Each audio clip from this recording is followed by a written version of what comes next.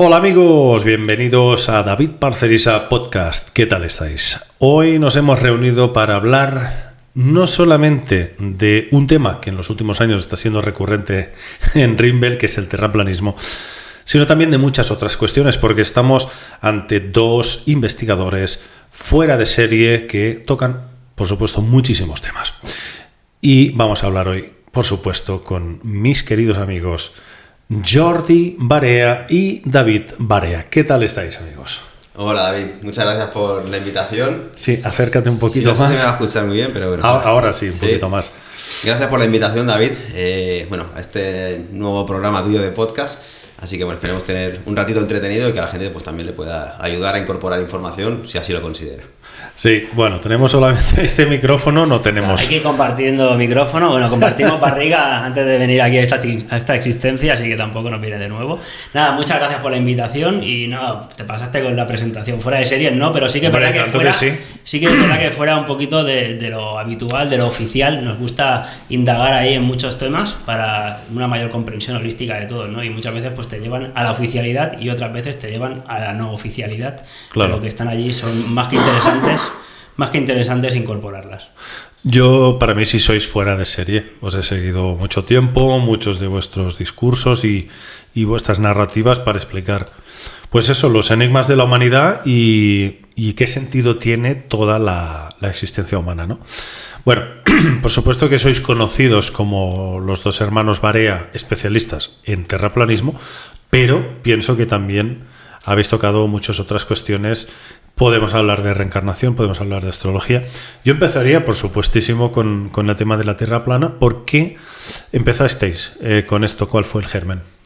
Bueno, yo considero que al final, en todos los paradigmas de la sociedad, hay un punto que hay que revisionarlo por uno mismo. Y sobre todo cuando vas encontrando, a medida que vas creciendo, que todo lo que te habían explicado como utópico o mejor en esta democracia occidental que nos han incorporado, bueno, el tema de la economía es fundamental, ¿no? Ese paradigma, empiezas a preguntarte si Estados Unidos debe trillones de dólares, igual que China, igual que todos el resto de naciones, ¿a quién le debemos el dinero? ¿Quiénes son los acreedores de nuestra deuda? Y a partir de ahí te vas dando cuenta de que no es todo tal y como te lo habían vendido, sino que hay unos intereses, una plutarquía, no sé, llámale algo más internacional que está por encima de todo ello.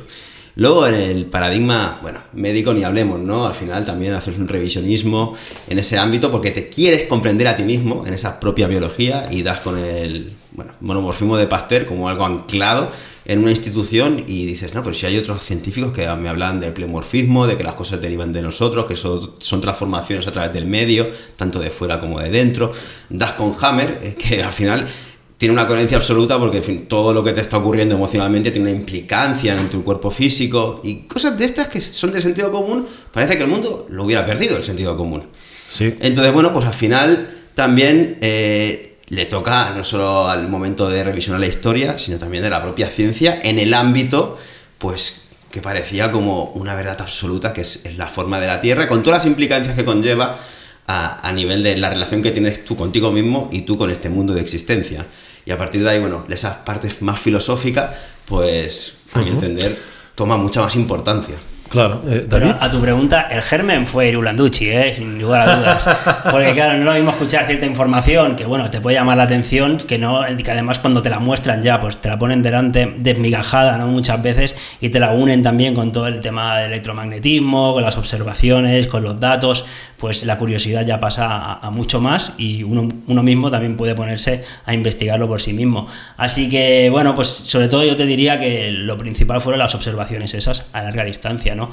Que oficialmente con los datos geométricos de la Tierra no se podrían ver ciertas cosas, ciertos objetos, ciertas montañas muchas veces, y se ven. Entonces, la carta que tienen oficialmente para darte respuesta a eso es la refracción atmosférica, pero luego uno sigue investigando y se da cuenta que no existe ningún experimento que te demuestre que la refracción atmosférica haga elevar objetos cuando están debajo de la curvatura. Cuando están sobre el mismo plano del observador, obviamente que sí, y está lleno de experimentos científicos sobre eso.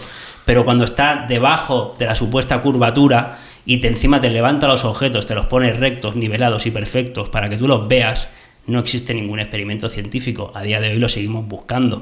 Entonces, esa fue para mí la puerta de entrada, luego muchísimas más. Claro, el tema es que mucha gente que critica y se burla del terraplanismo, cuando ve a dos personas como vosotros por primera vez, se creen que sois unos ignorantes. Cuando resulta que vosotros dos conocéis más de lo normal, todas las leyes de la física, todo lo que va implícito dentro de la ciencia oficial, toda la trigonometría esferoidal, y encima lleváis años estudiando y analizando desde todas las perspectivas y creéis que la Tierra es plana. Con lo cual, mucho cuidado con eso, porque la gente siempre tiende a pensar, no, Tierra plana e ignorancia, cuando es al revés. Bueno, primero no sabemos todo, David, gracias por tus palabras, pero obviamente que hay muchas otras cosas que no llegamos y con el tiempo pues seguimos, ¿no?, en esta búsqueda. Lo que pasa que sí que es ignorante, no es el que es nesciente, que no sabe que existe algo. Nosotros venimos del mismo lugar académico, oficial, y justamente por ser conocedores de otras cosas que hemos dejado la nescencia, y lo que hemos hecho es no ignorar, sabiendo que estaban esas nuevas pruebas, todo lo que implicaba, y por eso hemos revisionado también este tema. Entonces, a partir de ahí, sí que, bueno, mucha gente se ríe. Yo creo que al final, desde muchos estamentos quieren acabar con el bullying, pero justamente lo que están haciendo con muchos grupos que no están en lo oficial es hacer ese daño moral, comunitario a este grupo de personas que piensan distinto. Entonces, bueno, a partir de ahí también es verdad que nos hace más fuertes, porque uno cuando toma este camino del héroe, si quieres llamarlo, coges tu propia espada de la voluntad y te vas forjando, hay muchas cosas que te van repalando. Al menos yo lo considero que debe ser así, porque te tienes que forjar de alguna manera. Pero no es... Disculpad si me he puesto un poco a la defensiva, pero es que siempre pasa lo mismo. Es decir, aparecen personas terraplanistas, ya es que últimamente constituye todo una etiqueta, todo un insulto peyorativo. Sí, hay que estar por encima. Ya sé que al principio igual tienes que atravesarlo, te puede doler, pero ya cuando uno está firme en sus convicciones, y al final uno no es que tenga la verdad absoluta, pero con las pruebas que hoy en día tenemos y ponemos encima de la mesa, yo pienso así, faltaría más. Y ese derecho a dudar, ese derecho innato, que no nos lo pueden quitar, por favor, que al final es algo que además la propia ciencia y sociedad necesita que se vayan revisionando los postulados en los cuales luego construyes algo. Pues sí, no, y como decía Jordi, no tenemos toda la verdad, ni mucho menos. Lo que sí que hemos hecho, hemos sido honestos también con nosotros mismos, en el sentido que todos venimos del mismo sistema educativo y nos habían enseñado lo mismo. Y si a la vista de los hechos, de lo que hemos puesto encima de la mesa, la experimentación, muchas veces propia también, con observaciones a larga distancia, ahora pensamos que la Tierra es plana, o puede ser, lo tienen mucha veracidad.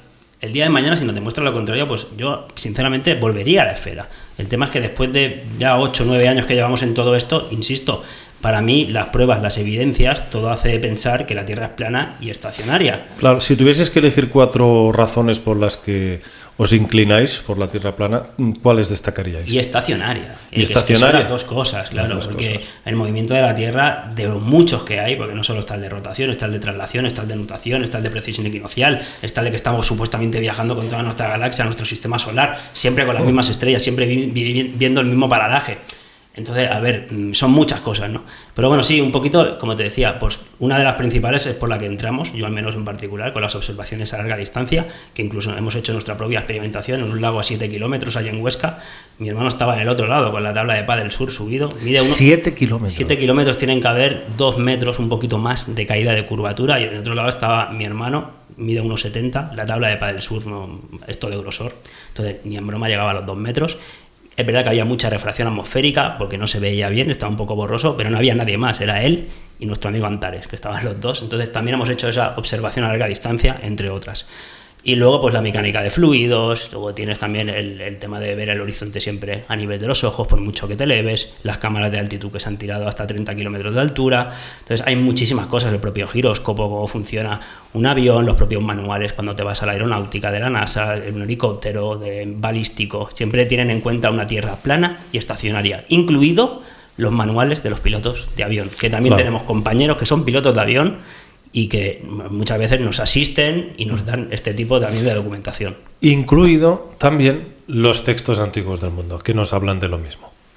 Bueno, parece ser que las culturas, obviamente, pues entendían, ¿no?, nuestra forma de la Tierra como un mundo especial, un lugar donde venimos a experimentar, pero no éramos otro más entre esos puntitos, ¿no?, del universo, donde presuntamente a través de esas estrellas que le llaman soles, pues se generan un sistema planetario. Entonces, yo le diría a todo el mundo que se quiere meter, no es solo cambiar una Tierra bola por una Tierra plana, manteniendo el resto del sistema solar tal y como nos lo han contado, sino va mucho más allá. Hay que revisionar una nueva ubicación de cada uno de esos elementos y la relación con ellos.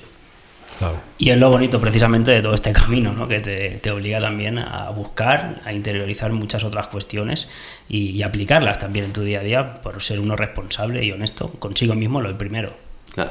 Sí, siempre nos hablan, ¿no?, de buscar la unificación de las únicas leyes, y al final la ciencia, a mi entender, como se ha vuelto ateomaterialista y relativista, que considera que está por encima de la propia creación porque no hay nada a la que se deba, está faltando al inicio de sus postulados, que era justamente la ciencia para conocer la naturaleza y las leyes que habían en ella, de las cuales de alguna manera no puedes eludirlas, pero hoy estamos en un sinsentido social donde a través de la propia genética se quieren inventar algo, como si la naturaleza por sí sola no lo hubiera hecho suficientemente bien, nos tienen que inventar un montón de cosas que no hacemos porque venimos al mundo, se ve, con déficits, y a partir de ahí entras en un mundo filosófico preprogramado con el cual tú después estás desarrollando unos pensamientos. Entonces también es ir al origen de los mismos, a ese arché que decían los griegos antiguos, y por ti mismo pues también formarte una propia idea, ¿no?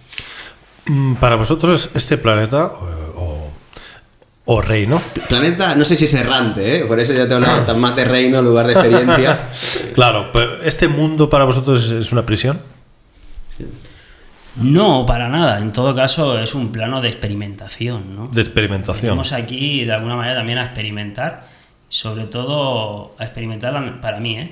Yo en esto ya también, claro, es más subjetivo, pero tampoco subjetivo, pero creo que todos estarás de acuerdo conmigo, que la energía más elevada de todos es el amor. Entonces, sobre todo, a experimentar el amor. Uh-huh. También con todos aquellos que nos atacan, que te atacan a ti, como nos decías, ¿no? Y de alguna manera pues cuesta, pero también te forjas en el camino y tienes que transformarlo. Entonces también es un plano de experimentación para muchas cosas, pero sobre todo para elevarnos en vibración. ¿Y creéis que hay un mal que gobierna este mundo? Eso también es, pues claro, es muy subjetivo. Mal como tal, no lo sé si existe. Capaz que también forma parte de la propia dualidad de las cosas y de cómo nuestro cerebro más racional necesita interpretar tanto las emociones como las causas, ¿no?, que después se generan. Pero sí que es verdad que yo considero que el mundo es maravilloso, lo que sí que es verdad que también a la vista de todo, cuando lo revisionas, hay como un conglomerado que está decidiendo por todos nosotros cómo nos tenemos que mover, ¿no? Y parece ser que nos trata un poquito como granja y sobre todo no nos dice la verdad, no nos dice lo que realmente hay. Y a partir de ahí, bueno, si le quieres llamar mal, yo considero que es un buen proyecto a revertir entre todos. Claro. A pesar de que pueda parecer mal, no deja de ser una gran oportunidad también para experimentar y aprender y transformar ese mal en algo mucho más elevado, como te decía antes. ¿Es un mal que se camufla sobre sí mismo para no ser detectado? Bueno, yo creo que sí, que siempre hay intereses que para poder controlar a otros. Y esto supongo que llevan haciéndolo desde los siglos y así seguirá siempre. ¿Pero creéis que es humano? ¿O es algo que está fuera de lo tal y humano? como la ciencia oficial cada vez está más cerca de pensar que son extraterrestres y la ciencia ficción nos lo ha vendido, obviamente no pienso que sean no humanos en el sentido de extraterrestre. Obviamente pueden haber otras formas de inteligencia, pero no como nos lo quieren vender con ese espacio exterior no humano. De todas maneras, bueno, es un tema pues ya mucho más útil también, subjetivo, de percepción. Claro, deberíamos de definir las propiedades de humano, ¿no? Igual que cuando hoy en día la sociedad le tiene pánico a la palabra Dios. No me extraña porque han hecho barbaridades también a base de una religión y de una figura antropomórfica. Pero bueno, al final como concepto ya no es simplemente creacionista, sino como inteligencia para descubrir y para de alguna manera estar en acorde, ¿no?, con la misma. Eso sí que tiene ciertas propiedades. Energía ilimitada a lo mejor, armonía, orden, y eso es lo que deberíamos de buscar también dentro de nosotros, no solo fuera. Y bueno, parece ser que como humano deberías de definirme qué es, porque yo también considero que somos un espíritu, más allá de un alma, que le da emoción, le da movimiento y vida, Y a partir de ahí, no sé si habrían espíritus buenos o malos, ¿no? Como también otras culturas más antiguas lo han querido definir. Bueno, también hay conceptos que nos podemos nutrir con sus palabras. Tú hablabas, hoy hablamos del tiempo, de cronos, y los griegos también tenían otro concepto para el propio tiempo, que no es el tiempo lineal, o cíclico, da igual en este caso, sino el tiempo de calidad, que era la figura de kairos, que justamente es cuando tu espíritu se puede hacer presente en cada uno de tus momentos. Por eso es el tiempo de calidad. Una figura de la de Kairos que estaba también puesta en esos estadios de los Juegos Olímpicos, ¿no? De alguna manera diciéndole al hombre, cuidado, que cuando yo me presento no soy como el simple Saturno, de alguna manera, que te va preparando. Y de alguna forma tenemos que también buscar esa parte nuestra en lo espiritual, en lo que le da vida a todo esto. Pero conceptualmente hay que definirlo. ¿Vosotros creéis en la reencarnación, los dos? Mira, que se está yendo por ahí la charla más filosófica, no lo esperaba. A mí me encanta, yo me siento muy cómodo. Mira, respecto al mal que decías antes, no creo que exista el mal como tal, sino que existe la ignorancia. Entonces, todo lo que nos amor es ignorancia.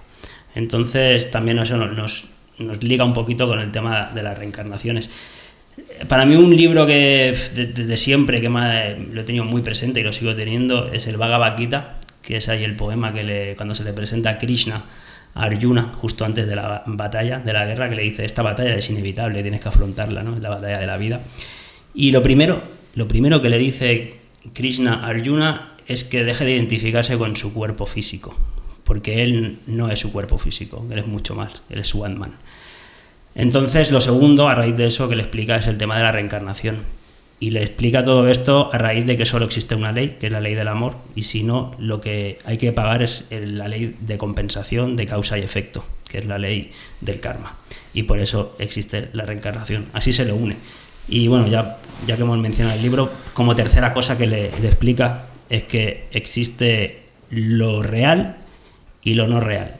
Y le dice que lo real es lo que nunca cambia y lo que no es real es lo que siempre cambia. No sé si tú conoces, David, alguna cosa en esta existencia que permanezca para siempre. Por eso le da a entender que existe algo más. Ya luego lo cuarto que le explica es que existe el campo, la vida y el observador del campo. Y ese observador es tu conciencia plena a raíz de practicar la atención, que es la energía, creo que más importante que tenemos. Por eso nos la quieren robar constantemente. Fíjate qué importancia, ¿no? Has hablado del campo. Hoy en día escuchamos un montón de astrofísicos o de propios físicos del Massachusetts Institute y te hablan que lo importante ya no son ni los átomos, que realmente eso que hablamos de átomo, lo que importa son los campos, cómo vibran las cosas. Y ahí sí que tienes una relación más directa hasta en tu propia biología, cómo nos desarrollamos y lo que es nuestra propia naturaleza. Entonces también habría que hacer un cambio de vista en cuanto a esos paradigmas más científicos que nos llegan a nosotros como sociedad, porque también están cambiando esas propias ideas, ¿no? Dentro de los propios colegiados. A mí, perdona por añadir, me viene a la cabeza la frase de que no debería haber ciencia sin conciencia, que precisamente es lo que se ha encargado la conciencia, la inteligencia en todo, hasta en una célula, incluso en una piedra, porque una piedra también está organizada, también hay inteligencia en una piedra. No podemos comprenderla, pero también se estructura todo a través de unas leyes, de una organización.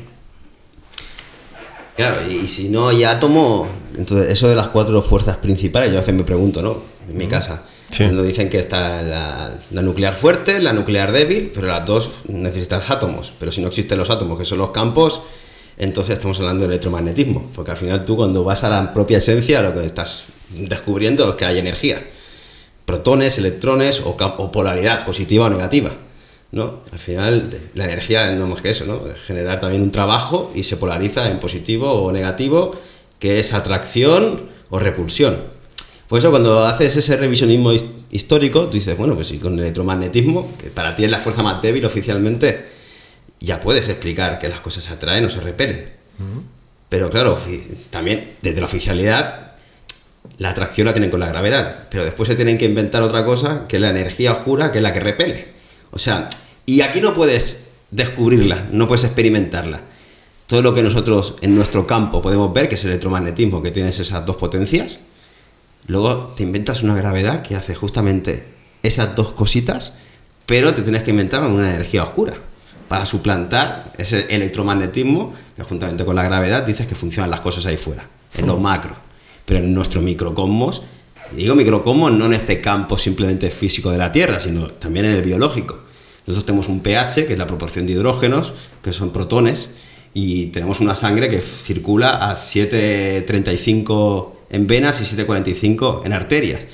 A partir de ahí tenemos una carga negativa, porque todo lo que supera de 7 a 14 va con milivoltios negativos, por eso el pH 7 es neutro, no hay voltaje. Entonces nuestra propia biología también está funcionando con esa ley eléctrico-gravitacional que está desarrollando un montón de procesos. ¿Dónde está la gravedad dentro de ti? ¿Dónde está la gravedad? Creo que con Iru, no sé si habrás hablado sobre ese tema, pero también es muy interesante ver la filosofía que hay detrás de las teorías que se nos venden. Claro.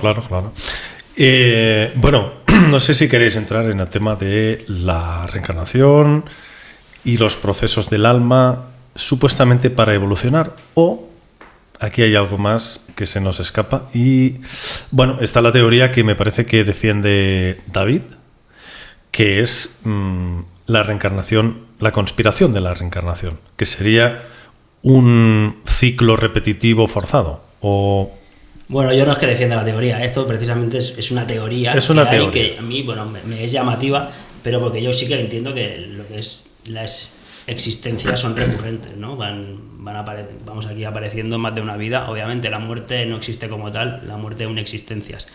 Un poquito también basado en toda esta filosofía, pero no solo en cuanto a ideas, sino que, no sé, quien haya tenido salidas de cuerpo astral, quien haya tenido ciertas experiencias de otras vidas pasadas, el propio aprendizaje que traemos cada uno de nosotros aquí a esta vida nos da a entender que hemos tenido integrado ciertas experiencias y aprendizajes en algún lugar antes. Pero bueno, más allá de también la gente, los antiguos budistas, me acuerdo, bueno, y los egipcios y un montón de civilizaciones, ellos han trabajado lo que es la reencarnación, incluso yendo a buscar dónde va a reencarnar tal lama o tal otro, con ciertos objetos, etcétera, etcétera. Y bueno, a lo que vamos, el tema del karma, por ejemplo, hay 3 tipos principales de karma. Está el karma, dijéramos, que es más débil, ya nos explican que es el karma mental. Ese genera muy poco karma, ¿vale? Karma como la única ley, que es la de causa y efecto, porque la energía ni se crea ni se destruye, solo se transforma. Entonces es un ciclo, lo que va vuelve. Nada permanece al margen del karma. El karma es el fruto maduro de la acción. Acción, reacción. Entonces el karma más débil sería el karma mental. Luego está el karma verbal, que ahí ya pues es un poquito más denso, dijéramos, sobre todo depende a quién le llega y cómo lo acepta. Y luego, como karma más denso, pues los 3 principales, el más denso sería el karma físico, que ya es lo que le haces a otra persona directamente. Y tú fíjate que, entre comillas, la élite que dirige, que lleva a unos soldados a un sitio, a otros, que se inventa guerras, la élite no pega ni un solo disparo, no tira ni una sola bomba. De hecho, no pone ni una sola inyección tampoco en otro campo. Entonces todo el karma más denso se lo comen los peones, que seríamos todos nosotros. Y ahí entra la teoría esta. ¿Cómo los peones? Los peones de la gente común de a pie. Son los que ejecutan los verdugos, las órdenes. Los verdugos directos, ¿no? Los que ejecutan las órdenes. O sea, yo te digo aprieta el botón, pero lo aprietas tú. Claro, entonces el que lo aprieta tiene mucho más karma que el que se lo ha dicho. Y si tiene mucho, y el que se lo ha dicho también tiene más karma que el que ya creó las situaciones para que otro se lo dijera el que lo ejecuta. Entonces un poquito está así establecido, por lo que veo yo, el tablero de ajedrez y todo el punto desde hace mucho tiempo atrás. Wow, o sea que esto implicaría que esta gente... Un gran conocimiento de lo que supone la energía, cómo funcionan los diferentes planos de existencia.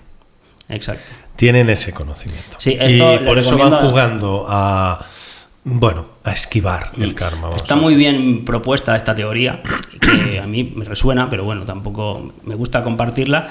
En el ensayo de unos compañeros de Pablo, que se llama El que quiera saber, el que quiera entender que entienda.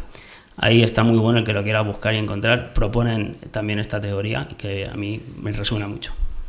Y además me sirve también, sobre todo por todo lo que tengo integrado de tan jovencito, con tanta filosofía hinduista, budista. Entonces, pues a uno le acaba de resonar y entender más cosas. ¿Quieres añadir algo, Jordi? Me recordaba sobre todo estas 3 fuerzas, ¿no? De alguna forma, cuando te dicen muchas culturas, que el recto pensar, el recto sentir y el recto actuar. Una cosa es donde se procesa ahí la idea, después cuando la verbalizas, que empiezas a moverla en forma de vibración con la palabra, y luego cuando la ejecutas, en ese hacer, ¿no? Justamente esos 3 factores de la revolución de la conciencia que dicen los gnósticos, y bueno, nos han llegado como el Padre, el Hijo y el Espíritu Santo, al final el que hace, la voluntad. Y bueno, obviamente que tiene una relación causal con todo lo que va a devenir, pero todo tiene una causa y efecto. Es más, la ciencia oficial también lo busca, y cuando no encuentra qué hay antes del huevo de la gallina, le llama singularidad, que al final no se pueden escapar de es algo singular, único y especial, que ya quien le da inicio a todo. Bueno, lo que quieras llamar Dios, pues sí, le puedes llamar singularidad como concepto, pero vaya, con las propiedades estaríamos hablando de algo similar. Y que tú pagues por una acción negativa que ejerciste dolor a los demás, a tus semejantes, esto es una especie de ley que se ejecuta a sí misma, y de alguna manera sucede que pagas el daño que has hecho para que comprendas en qué consiste. Sí, yo tampoco lo veo como un pago, lo veo como un efecto. Un efecto. Pero obviamente en este plano de existencia, como decíamos al principio, estamos para aprender. Todo es aprendizaje, y al final podemos aprender aquello de que dicen de que la letra con sangre entra. Hay mucha manera de aprender, también a la fuerza. O también puedes aprender de otras formas, desde el corazón, desde... Pero tiene sentido, porque si nosotros formamos parte de este todo y dañas este todo, te dañas a ti mismo. ¿Sabes lo que no tiene sentido? El modelo cosmológico que nos han metido. Cuéntanos. No, simplemente que no tiene ningún sentido en esto. En lo de que no debería haber ciencia sin conciencia, ¿no? Y porque lo más perverso que nos hicieron hace mucho tiempo, creo, a la humanidad, fue ya con la creación de las religiones. Porque sacaron a la divinidad de dentro de uno mismo, como experimentador, como campo consciente, observador, y esa divinidad se la pusieron ya fuera a través de un personaje, cada religión con los suyos, más o menos, pero te la sacaron de dentro de ti.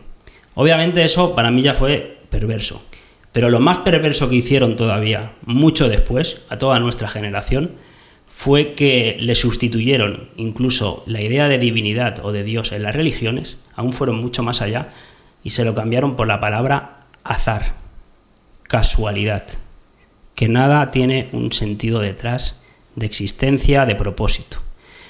Cuando además solo hace falta salir al campo o mirar al cielo y ver que en todo hay un orden, que en todo hay un propósito, que en todo hay unos ciclos que se repiten, que en todo hay una inteligencia.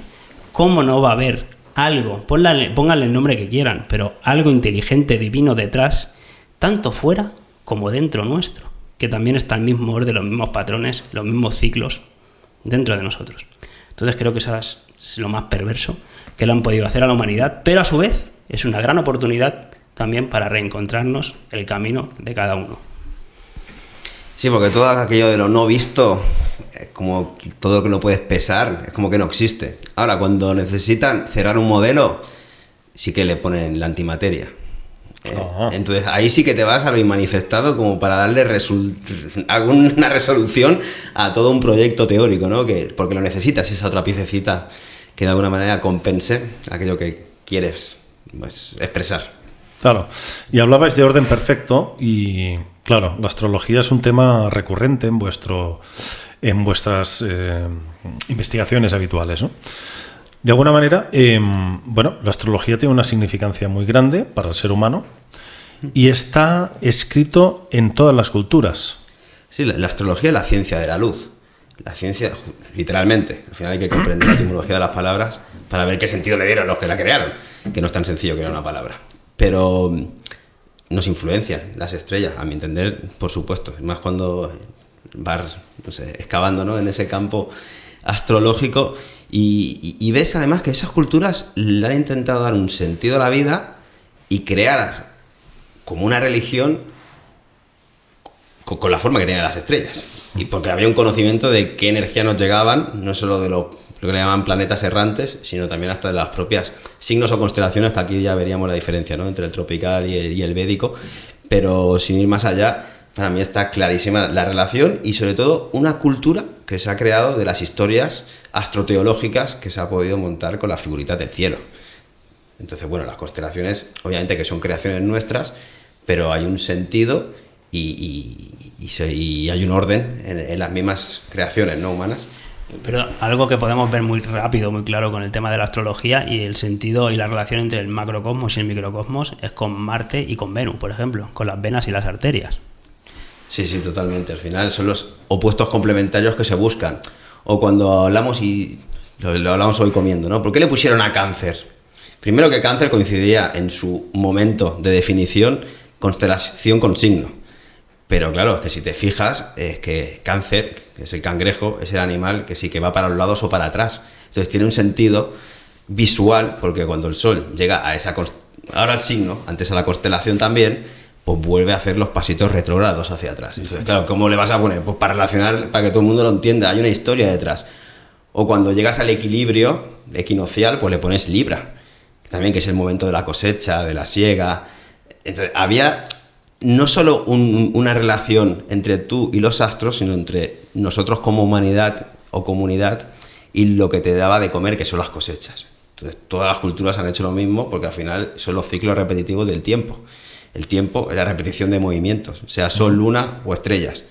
Hoy en día el tiempo te dicen que lo puedes hasta doblar, ¿no? Bueno, son conceptos humanos, pero la utilidad propiamente es a través de la repetición que se conocen las cosas.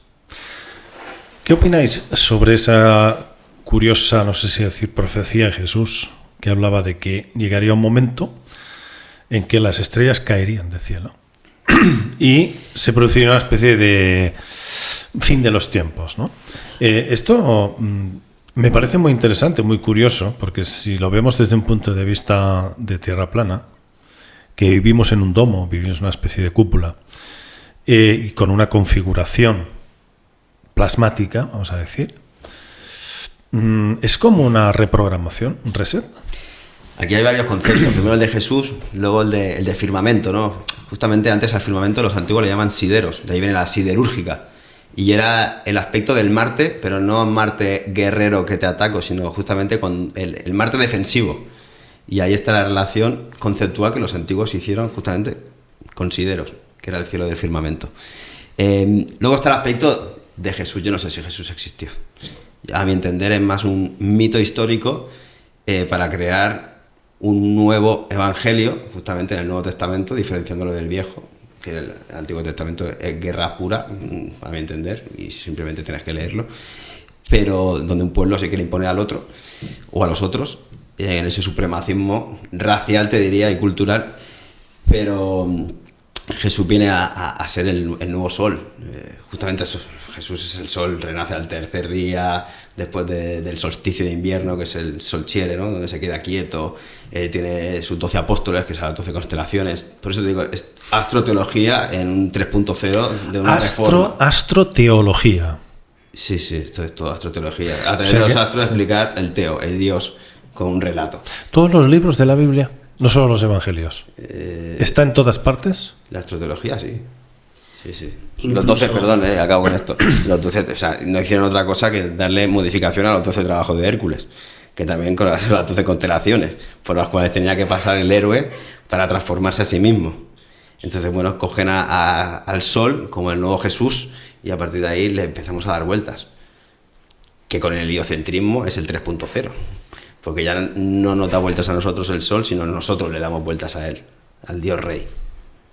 Me estoy acordando ahora también con esto de la astroteología, por ejemplo. Bueno, más allá que antiguamente no había televisión y las cosas había que explicarlas y encontrarles una referencia y una coherencia entre el micro y el macro, y la televisión era el cielo, que siempre han estado allí. Y ahora, es que no me quiero olvidar de tu pregunta principal, pero en cuanto a esto de la astroteología también es súper interesante lo que propone Fomenko y todo su equipo de la nueva cronología de Fomenko, que bueno, les avanzo que según sus investigaciones, que son muy serias, se habrían inventado unos 1000 años de la historia reciente, pero ellos también se dan la oportunidad de narrar la Biblia, sobre todo el libro de las revelaciones, del Apocalipsis, que directamente te dice que ocurre en la isla de Patmos, en Grecia, y desde ahí se empiezan a ver qué está narrando, ¿no? Y precisamente lo que está narrando es el cielo. Y cuando te habla de caballos, los caballos son los planetas errantes. ¿Y por qué son los caballos los planetas errantes? Que se habían conocido toda la vida, habían hasta monedas. Porque los planetas errantes, los planetas pasan de constelación en constelación y muchas veces en su movimiento retrógrado. los 5 planetas que conocemos. Entonces, por eso tenían la simbología de que eran caballos, porque podían saltar de constelación en constelación, tanto para adelante como para detrás. Es súper interesante. Wow. Búsquenlo, lo van a encontrar en la investigación de Fomenko. Nosotros tenemos también un vídeo expresamente de eso, del libro del Apocalipsis, más que interesante, y estaba narrando lo que ocurrió ese día, que fue una de las caídas del gran imperio que había, y cómo iban a marcar ese día con el cielo. Ese es el gran reloj. Que lo que ocurría, igual que el zodiaco de Dendera, por ejemplo. ¿Por qué se quedó el zodiaco de Dendera? Están los planetas donde están, si sabes interpretarlo correctamente, porque ese día ocurrió algo muy importante.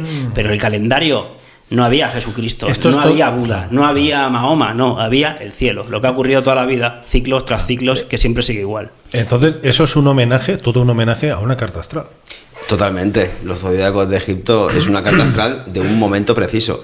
Lo que pasa que como los egiptólogos no pueden encasillarlo en toda esta estructura cronológica que desarrollaron Scaliger y Petavio, los jesuitas, y fueron los fundamentos de la historia que hoy conocemos, lineal, entonces claro, te dicen que esos horóscopos que hay no querían representar el momento exacto. Entonces, bueno, pusieron aquí a Venus como podían puesto a Mercurio. O sea, algo que no tiene ningún sentido común ni lógica que un esfuerzo tan grande no quisiera plasmar algo real. Pero bueno, con esas historias nos vamos adelantando y en el tiempo y pasan, ¿no? Entonces, a tu pregunta inicial de si en algún momento van a caer las estrellas, no sé. No sé si pueden caer las estrellas, David. Hasta tiempos son los tiempos han estado ahí y porque se han explicado de esa manera, que por cierto, con el mismo paralaje.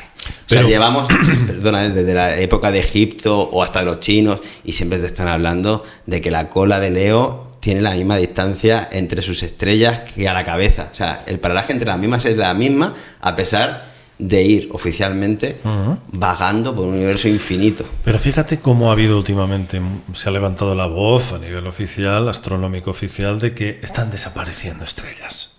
¿Por qué eso? Bueno, pero primero, no sabemos, porque yo no puedo observarla, capaz que alguna estrella sí que desaparece, porque al final si son energías electromagnéticas, pues también puede ser que se vayan apagando. Eso no significa que las estrellas sean soles y que sean de una fusión nuclear, tal y como se nos quiere vender, ¿no? Que algún día se acaban, sí, claro, y al final acaban implosionando. Entonces, bueno, puede ser que alguna se apague, no pasa nada. Lo que podemos observar es que al menos las que de toda la historia se han explicado, ahí están todas. Sí, sobre todo el Alpha Polaris. Y aquí también la pregunta interesante sería si cuando se sale al supuesto espacio exterior se ven o no se ven estrellas, porque todo parece indicar que por arriba de 40 kilómetros de altura las estrellas desaparecen.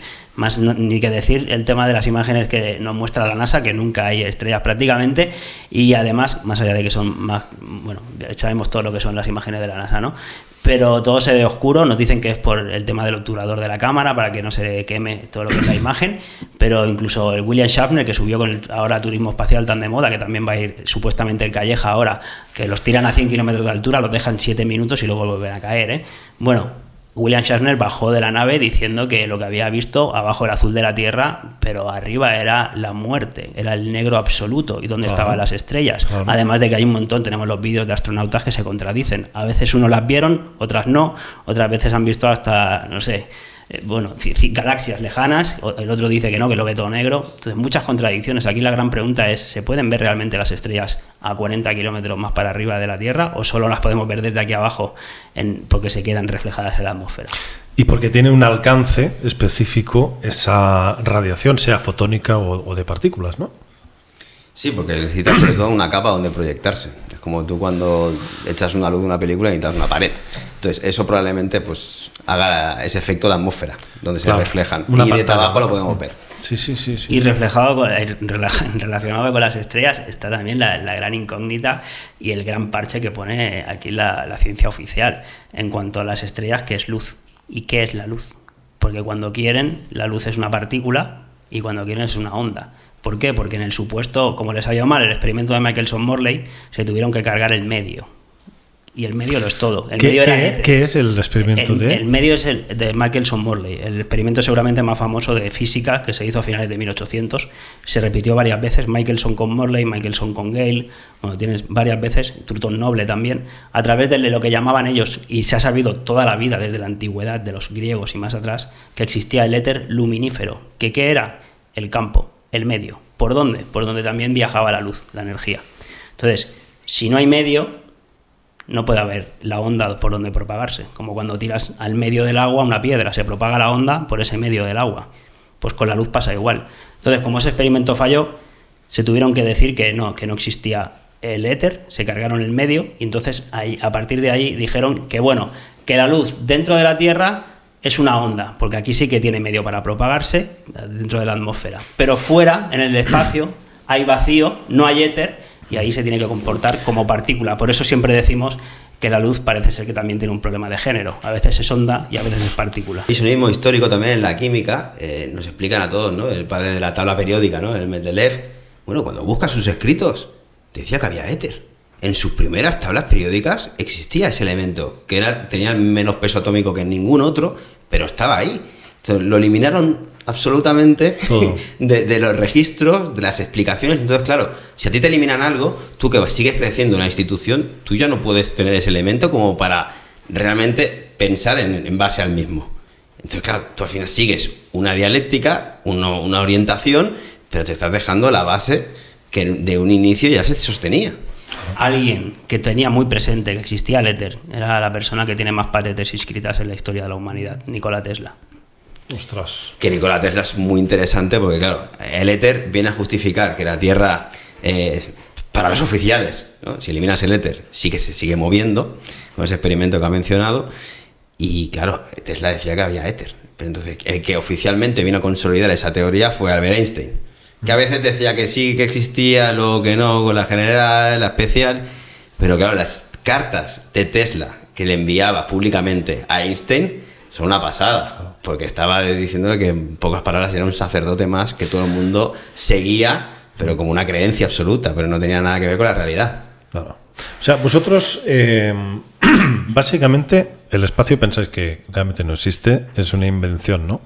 El espacio tal como lo ven. El espacio exterior, sí. O sea, constelaciones, años luz, toda esta historia, y esos planetas rocosos y tal. Que algo habrá. Planetas rocosos y gaseosos. Y hay otros como que, por ejemplo, el Saturno, que te dicen que eso está lleno de microrrocas, ¿no? Y siempre las vemos ahí, están siempre dando vueltas. O Júpiter, que es la famosa tormenta de Júpiter, que es lo que lo vemos, ese ojo. La mancha roja. La mancha le dicen que es una tormenta, no sé cuántos miles de años lleva la tormenta en Júpiter, no sé, que capaz que algún día acaba. No sé, Mira, ¿sabes qué pasa con la astronomía, con todo eso que está tan fuera? Que eso, para mi modo de ver, no es ciencia.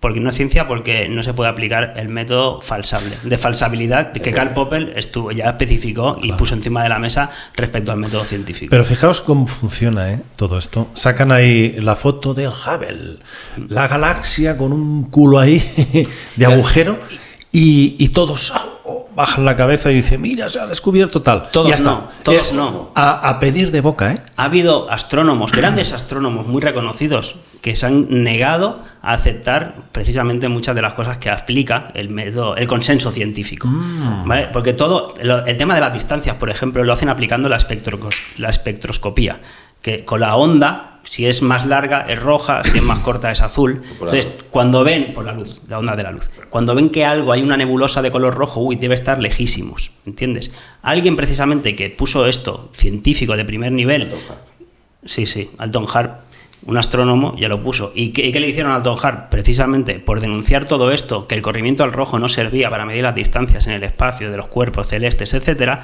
lo denostaron por completo. Ya está. Mafia. Dejaron de financiarlo, y esto ocurrió en la astronomía, cuando no estás dentro del consenso científico. Igual que pasa en tantos y tantos campos, por ejemplo, el del cambio de la temperatura del clima, con Iván Gavier, que devolvió su premio a la academia porque dijo que se había convertido en una religión de la cual él no quería formar parte. En cuanto al del médico, ni te cuento, el paradigma médico, lo que hicieron con Hammer, por ejemplo, que lo llegaron a encarcelar en España, en Málaga. Entonces, en todos los campos podemos encontrar. Lo que pasa, claro, que no te lo van a explicar en las universidades. Tienes que rebuscar tú, investigar y encontrarlo. Ya, esto me recuerda también a los grandes científicos como Wolfgang Schmidt. Y digo grandes científicos porque estaban reconocidos, tenían su chapa. Porque es muy gracioso que siempre te dicen, ¿y tú qué has estudiado? ¿Y tú si de este campo? Es como si no puedes hablar. No. Entonces, yo no hablo. Yo he leído a Wolfgang Schmidt, por ejemplo, que era un geocéntrico. No era terraplanista, pero era geocéntrico. La Tierra no se mueve. Entonces, a partir de ahí, en este mundo institucionalizado está el consenso institucional, que está financiado, que también hay los intereses por detrás, sobre todo hacia dónde tienen que llevar toda una proyección mental a la población, pero es que hay otros que ni menos han nombrado. O el propio Gorostizaga, ¿no? El profesor de la universidad que hizo "y sin embargo no se mueve", aludiendo a esas grandes palabras, ¿no? Que nos habían llegado a través de otro autor. Entonces, bueno, hay gente que es disidente en su campo con la propia oficialidad, pero no se le da voz. No, realmente la definición sería una secta mafiosa.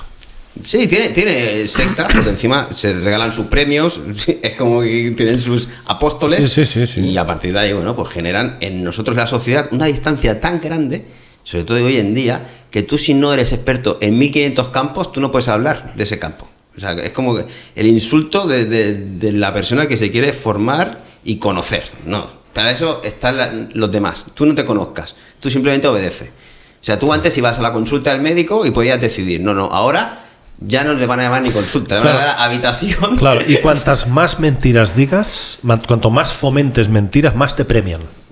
Sí, ese es el premio que les otorgan, ¿no? Por estar dentro de ese consenso científico, y más te premian y también puedes escalar, y más reconocimiento y más derechos y privilegios como buen esclavo. Imagínate. Pero donde no les llega la burla y la ridiculización, donde no les llega el ostracismo, aplican lo que todas las dictaduras han aplicado toda la vida, que es la censura y la quema de libros. A día de hoy el borrado de vídeos en YouTube, que es lo mismo que quemar libros en la antigüedad, y es lo que estamos presenciando, sobre todo a nivel de salud, en los días que están viniendo últimamente, y en tantos y tantos campos. Es que es increíble el nivel de censura que hay a día de hoy, más que nunca. Sí, y es lo que deberíamos de exigir, porque al final, nosotros, ¿por qué vivimos en comunidad? ¿No? Ya más filosóficamente, porque tenemos una manera de ver la vida, sobre todo unos valores que no son comunes, que todos lo vemos que es así, es justo. El justo, la justicia es un valor interno de cada uno de nosotros, pero como sociedad también lo tenemos que compartir. Y hoy vemos como las instituciones que le llaman justicia, eso es legalidad, pero ¿de qué tiene de justo que el parque inmobiliario, por ejemplo, esté en manos de fondos buitres? O cuando uno quiere la deuda internacional, la tenemos que pagar cada año, 40.000 euros que debe cada español. ¿A quién le debe 40.000 euros cada español por haber nacido aquí? O sea, es algo que sabemos todo que no es justo, que ya es legal, simplemente ha perdido ese valor espiritual, si quieres llamarlo, porque claro, como no existe, y pueden mover la línea hacia donde consideren. A mi entender, tenemos que empezar a recuperar todas esas cosas, porque si no, estamos vagando como pollo sin cabeza en una granja. Sí. Y cuando hablamos de esta posiblemente mentira de la fisicalidad del universo, ¿vosotros cómo reaccionáis cuando oís gente que dice: yo soy contactado por extraterrestres y me llevaron a Andrómeda, o me llevaron a las Pléyades y he estado ahí en un planeta? ¿Vosotros cómo lo interpretáis? Como plano espiritual, porque hay otros planos de realidad. Claro. Yo no puedo descartar nada. Lo que pasa es que yo, bajo mi punto de vista, hay cosas que voy a dejar en la nube, no en la que venía ya a ver, sino en la nube intelectual, y no voy a incorporar ciertos datos hasta que a mí me ocurran como experiencia, o le ocurran a gente muy cercana. Claro.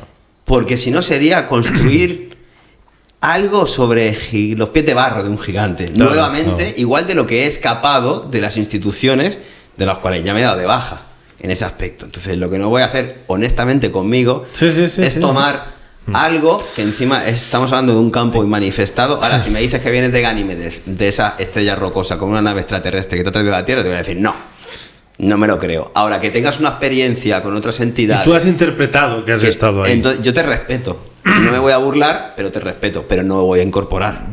Pues pienso lo mismo que tú. Más aún cuando la mente crea realidades, ¿no? De hecho, esa es la programación mental que genera a la población también con tantas películas, por ejemplo, con Hollywood y con el espacio exterior. Ellos están creando esa realidad para que la gente también la crea. Entonces, bueno, la experiencia personal de la realidad que estás viviendo también es muy subjetiva en ese sentido. Si esto es como el bicho verde, ¿no? Que todos tenemos en conciencia, como psique colectiva de extraterrestre con los ojos largos, que al final, hasta que el Aleister Crowley de la Templo Sordis Orientis no empezó a canalizar el parque de Nueva York a Lam, que por cierto al revés se escribe mal, entonces nadie tenía esa visión arquetípica del extraterrestre, habían otras. Entonces, claro, en ese imaginario colectivo también se nos instalan imágenes, no solo ideas, con las que después hasta podemos soñar con ellas. ¿Cómo veis el futuro de la humanidad? ¿Pensáis en ello? Bueno, Sí, un poco. Y sobre todo en el mío, aunque intento no pensar mucho en el futuro y pensar más en el presente, que por eso tiene ese nombre que es regalo, ¿no? Cuando te hacen un presente, te hacen un regalo. Entonces, lo veo muy bien, lo veo excelente, el futuro y el presente, porque estamos viviendo unos tiempos que creo que una oportunidad mayor para el que quiera plantearse otras cosas, buscar, investigar y sobre todo aplicarlo en su vida personal, interior. Como los tiempos que estamos viviendo a día de hoy, no hemos vivido, creo que nunca.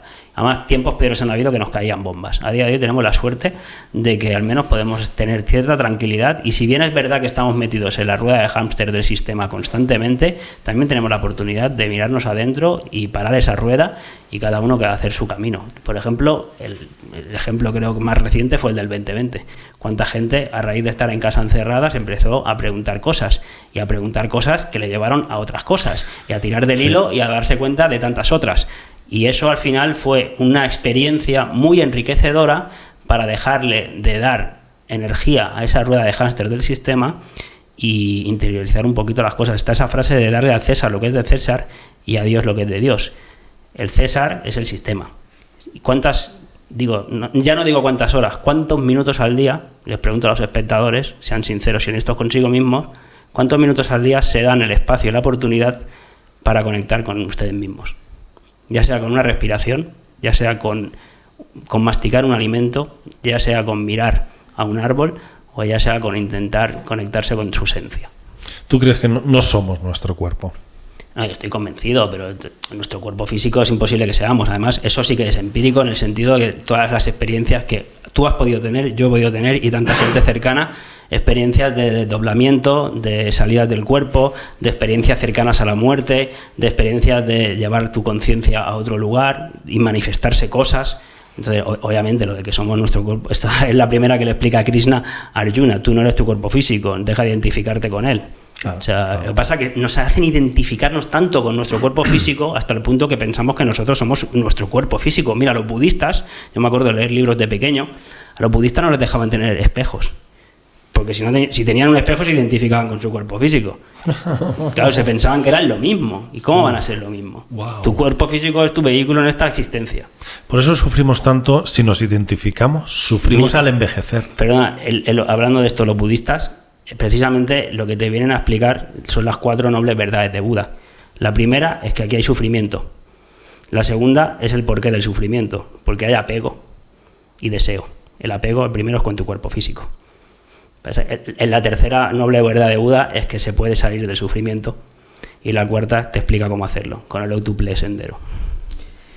Ya me has adaptado la clave, nos identificamos con nuestro cuerpo físico. Bueno, nos identificamos con otra cosa. Identificar es hacer pasar dos cosas distintas por una igual. Es decir, es hacer magia. ¿Y a ti? ¿Cuál es tu carnet de identidad? ¿Con qué te identificas? En ese contrato de esclavo que firmamos con el Estado, que no con la nación, porque es una corporación ya.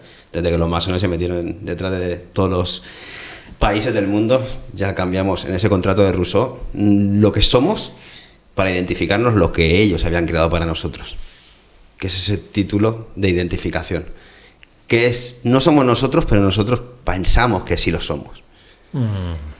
Encima, una cosa que no es ni nuestra, porque todo el mundo, la policía, los juzgados, dame tu DNI. No, si no es mi DNI, yo no soy el propietario del DNI, como tú, mucho soy el fideicomisario del mismo. Pero bueno, al final esa proyección que decía el mental, en la cual tú te llegas a creer que eres ese número, un número. Así nos tratan, como así género, claro. Como ganado. Por eso es la ideología de género. Claro. Porque al final lo que buscan es alejarnos sobre todo de nuestra naturaleza. O sea, sería ideología de ganado. Bueno, literalmente de mercancía, que es al final la mercancía de los barcos. Así, sí, ¿no? sí. Así nos tenemos, ¿no? Pero es muy interesante porque cuando revisas la historia y ves la magia que hay por detrás, pues tú tienes una oportunidad de por ti mismo hacerte un autoanálisis y una creación de tu propio ser. Claro. Y a partir, bueno, ¿tienes alguna opción de salirte de esa rueda de hámster? No, simplemente añadir que tú y los espectadores, todo el mundo que lo vea, o sea, que es normal que suframos, que esto ya lo dijo, está dicho hasta para los budistas y todos un montón de culturas ancestralmente, que aquí se sufre. Sí. O sea, no se lo tomen a mal en el sentido de que tómenselo como una oportunidad. Cambien la palabra karma por la palabra oportunidad. por relacionarlo con lo que hablábamos antes también del karma. Es una oportunidad de aprendizaje para transformar ese sufrimiento en amor, que es lo único que te va a liberar. Y acuérdense, se sufre por el deseo y por el apego. Sí, y lo que tú decías antes, para terminar la idea, al final, tú cuando adquieres un fruto, le tienes que meter mucha presión para destilar realmente su esencia. Lo vemos desde las olivas mismo para hacer aceite o cualquier otro jugo. Y el sistema, cuando nos está presionando, obviamente, para redirigirnos hacia donde él mejor está cómodo, ¿no?, que es con el control y la censura, en este 2020 lo hemos visto. Hemos destilado lo mejor de cada uno de nosotros. Ahora tenemos muchos más amigos, tenemos muchas más personas con las que podemos hablar, entablar conocimiento, porque de alguna forma han cambiado algo de ellos. En esa presión que les hicieron, se destilaron ellos mismos. Y ahora la esencia de la humanidad está floreciendo. Así que lo que viene ahora en el presente y lo que viene en los años venideros, seguro que es bueno. El sistema va a hacer lo que él va a considerar. Pero nosotros ya somos una comunidad, tanto en número y lo más importante, en ese Kairos, en calidad, para no hacerle frente, sino para crear lo que nosotros mismos estemos dispuestos a hacer. Muy interesante, muy interesante. Si el público quiere saber más de los hermanos Barea, ¿a dónde tiene que ir? Bueno, tenemos el canal en YouTube de Hermanos Barea y también la plataforma sin censura, porque ya nos tuvimos que crear otra para poder subir todo lo que compartimos en hermanosbarea.tv, y también estamos muchas veces en el canal de Iru de Nur para Todos, que es un placer colaborar con él. Perfecto, perfecto, amigos. Muchísimas gracias por haber venido. Os lo agradezco muchísimo y espero que no sea la última vez y poder compartir más todo vuestro conocimiento con nosotros. Muchas gracias, David, por el espacio, y alentar a todo el mundo también que siga su propia investigación e incorpore de todo lo que escucha y ve, pues lo que le considere. Compartir es crecer, y por eso también es lo que nos mueve a hacerlo. Un abrazo. Claro que sí. Gracias, hermanos Barea. tenemos público, grandes amigos aquí a nuestro alrededor. Muchísimas gracias, amigos, y espero que os haya gustado tanto como a mí. Nos vemos en próximos vídeos.